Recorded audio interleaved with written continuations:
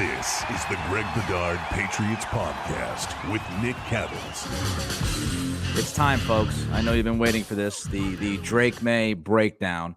I want to get into the good and the bad with Greg in a minute. And I will say, I read some other people that I respect and appreciate, Andrew Callahan's piece and Evan Lazar at Patriots.com. Greg, a tougher grader than those two guys. And I think that's been established. So we have to keep that in mind, that Greg is a tougher grader than some other people who break down the film. But before we get to, the ins and outs and the minutia of it, Greg, just your biggest takeaway from watching Drake Maye on Sunday. I would say, there's a bunch of things, but I'll say this. I think, number one, let me say this and get it out of the way. Drake Maye is a playmaker, so he made plays. It took him a while to get going in this game, and it was sort of in spurts, and a lot of it was sort of in quote unquote, you would say garbage time, but I don't really care because he's a rookie in his first time, and the Texans are still playing people, so I don't really care about that.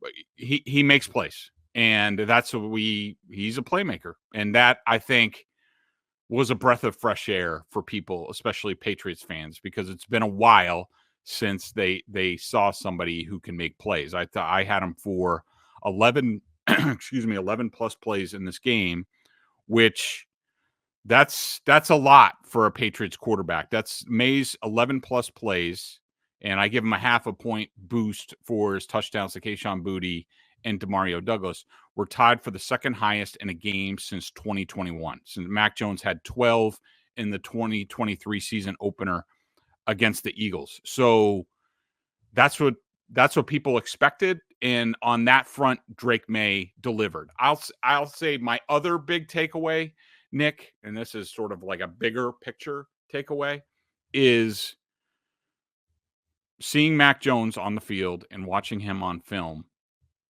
I do not see a huge difference from the Drake Maye at UNC, the Drake Maye in the preseason.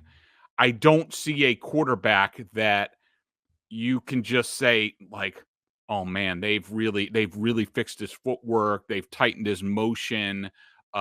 He obviously has a much better understanding of NFL concepts now. I understand why they sat him. I did not come away thinking that. I came away thinking this is the same guy expected. I mean, there's ups and downs. He'll make plays. He'll throw balls to the other team. He won't see things clearly. His eyes will be in the wrong place. Largely the same guy I evaluated on film. So in that case, if you're not gonna quote unquote stick to the plan and revamp him so that when he debuts, he's this drastically different quarterback, that you've smoothed out the rough edges and gave him a really good foundation to go forward, then I think they just should have started him at the beginning of the season. I don't think him sitting for 5 weeks really benefited, outside of things that I can't account for, which is I don't know where he was in terms of reading defenses or dealing with pressure. They internally very well, they could be saying, you have no idea where he started from. And I'm sure we'll hear some of that this week from people who are a little bit more friendly with the front office and the coaching staff. But to me, just in a vacuum, just looking at it, I don't see a revamped Drake Maye. I don't see Drake Maye 2.0. To me, this is Drake Maye. And if this is what you were going to be okay playing with, then you should have done the Josh Allen thing and just let him play from the beginning. So do you think that they haven't had enough time with him to course correct some of these things? Or do you think the coaching staff has failed him? Because leading up to this game, we heard that, he's taking steps forward. He's progressing. He looks better.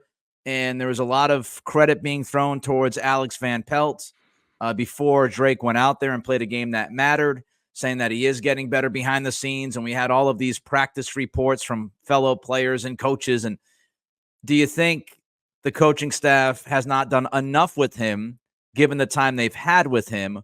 Or, hey, look, it was week 6 of the NFL season, his first NFL season, And if you wanted that Drake Maye 2.0, you probably would have had to wait longer, if not much longer than you did.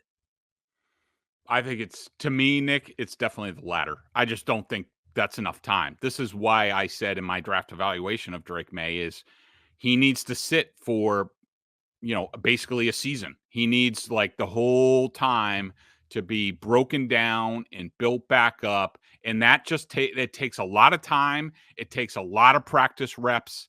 It takes all that stuff. And, now seeing what we get out of Drake Maye, and look, we also, I'll readily admit, I'm not good at this about putting things in context, about grading on a curve. It's just, Right. it's a weakness of mine. The Texans, yeah, we talked about them. Like, they're fast.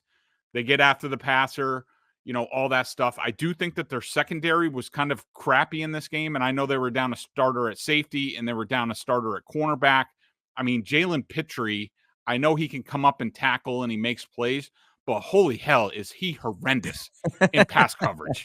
I mean, the guys were open all day long on him. Those Pop Douglas plays, there was a Hunter Henry play. Like, I mean, he's getting turned around like a top in the middle of the field. And so, like, I do, where the Patriots coaches coaching Drake Maye to be like, look, these guys are good. They're fast. Just get the ball out. And, either get the ball out or run. Like, just make a decision, like, really quick. Could be.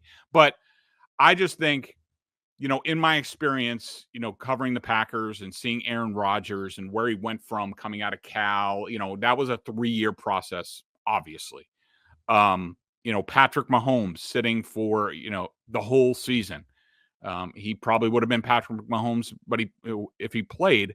But I just think it's not enough time. If you're going to say this is what we're going to do and he needs X, Y, and Z, then, as I've said before, you need to stick to the plan and not deviate. And in that case, now, if you really wanted to do that, now I'm on the side of you had to aim higher than Jacoby Brissett. I mean, I resisted that for a while, but if you were dead set, if Elliott Wolf and Alex Van Pelt were dead set on we're going to develop this kid the right way, he's going to sit, they needed a better quarterback option than Jacoby Brissett because, I think a lot of people could see this coming. I mean, there were a lot of people who've been around this team and around Jacoby who were telling me from the get-go, like, he's not any good. And you're going to see it the more and more. He does really well in practice, but when it comes to the games, he's going to hold the ball. He's going to be overly conservative, all this stuff.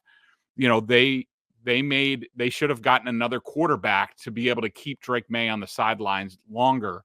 And so I think they've failed in that regard. All right, let's get into some of the good that you saw from Maye on Sunday. Some of the plays that stood out to you and why they stood out. So like I said, Drake made a lot of plays in this game. I will say, overall, you can basically put it in a few buckets.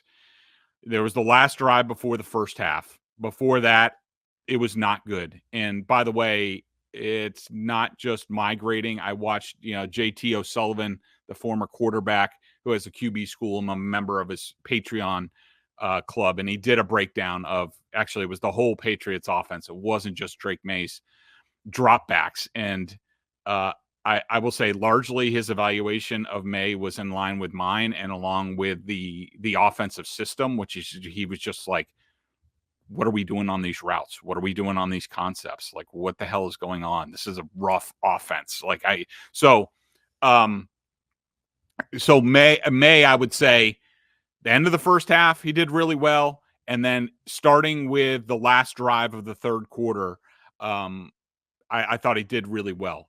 Outside of that, before those stretches, it was pretty rough. A lot of decision making I didn't love, but in the first half, the plus plays that I had, the little 8-yard pass to Kendrick Bourne. That's when the DT jumped the snap.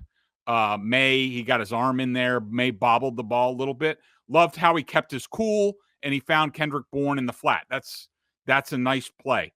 I would say the first sort of wow play, or I wouldn't say wow, but kind of made you sit up a little bit, was the 22-yard pass to Pop Douglas. It was just a little pass in the flat, but there was traffic bearing down on him.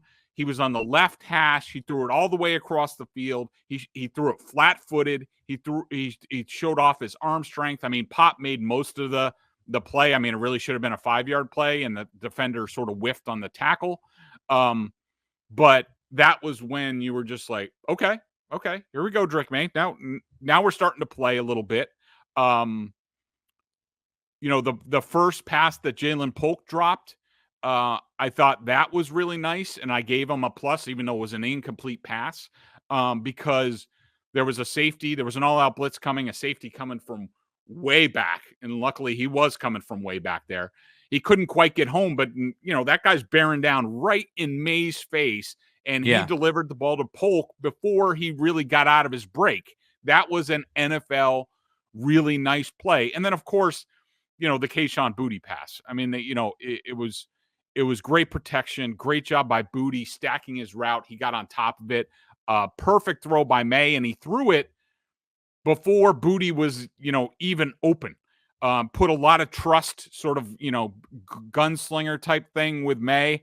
I'm glad it worked out. I'm glad Boutte won his route. I'm glad Maye absolutely dropped a dime in the bucket, because Demario Douglas was wide open in the middle of the field on the exact same route that he got like 30 yards when Maye threw a little bit behind him, and then he scored. It was the same thing, the same coverage, and Douglas was wide open. So, I'm glad it worked out, and it did. And so those in the first half, those are the plays that stood out, where you're just like, it gave and I understand. I'm trying to stay away from a lot of media content in the wake of this, because I knew what was going to happen, and I don't want to be colored by it.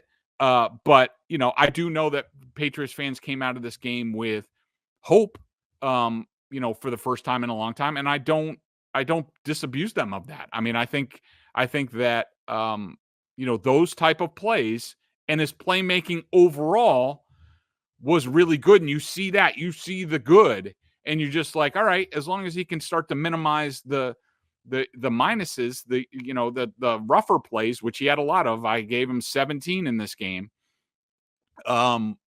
But it's his first start. So if he can keep making plays and even make more plays as he gets more comfortable, and then minimize the mistakes, you got something.